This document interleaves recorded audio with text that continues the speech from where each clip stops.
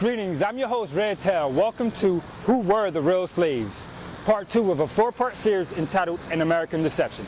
We'll see you in a few minutes. Today, a more accurate depiction of the Native Americans of the United States is beginning to unfold.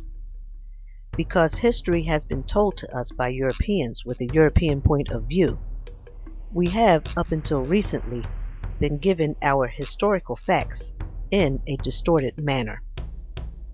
Author Carol Birkin, in her book First Generations, explains that historians have come to understand that they must handle journals, government reports, sermons, books, and diaries written by Europeans about Native Americans cautiously, as artifacts of European adjustment to cultural diversity, rather than true guides to Indian societies.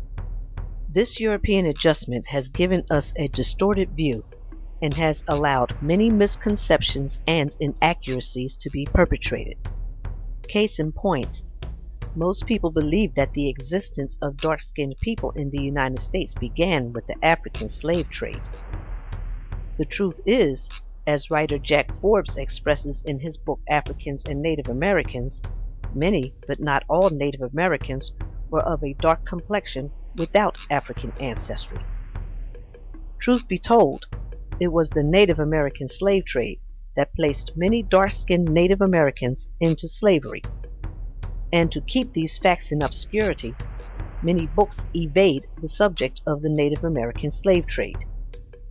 William L. Katz, in his book Black Indians, says it eloquently when he states that omission, not distortion, is the far more serious culprit in hiding the story of the Black Indians of the Americas.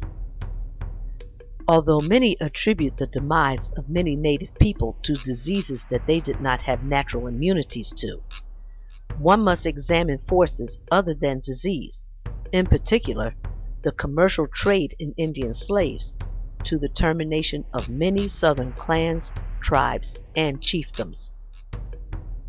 During exploring expeditions in America, leaders like Hernando de Soto and Ponce de Leon needed a means to reward the services of their soldiers. Since other means of payment were scarce, slavery satisfied this need. Slavery was considered a part of any expedition of discovery and conquest, so, as stated in Indian slavery during colonial times, not to follow such a custom would have been acting contrary to the spirit of the times. We must remember that the tribes that were being enslaved, many from up and down the southeastern coast, were of a dark complexion.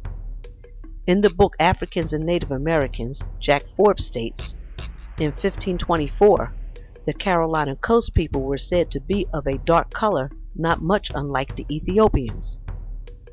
These dark-colored Native Americans were being enslaved and sent by the tens of thousands to the West Indies or retained in the colonies, such as described by Lauber, in 1671, the Cusaux were sent to be sold out of the colony.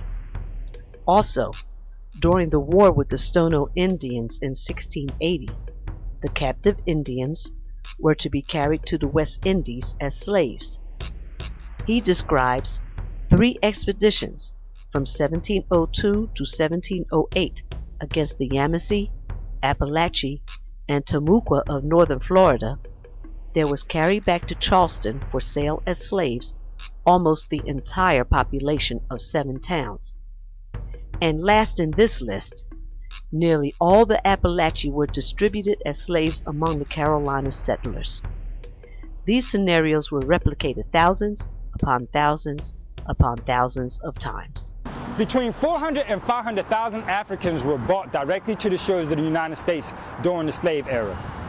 Some landed here in Philadelphia at Front Market, which is the historic site of the London Coffee House, a place where slaves were bought and sold during colonial America. Christopher Columbus started the transatlantic slave trade when he shipped Native Americans back to Europe for sale. And while the 400 to 500,000 Africans is a large number, we must remember it still only represents 1/10 of the 4.5 million slaves inhabiting the United States during the slave era. You have just finished watching Who Were the Real Slaves, Part 2 of a 4-part series entitled An American Deception. For more information, please email us at anamericandeception@gmail.com. Peace.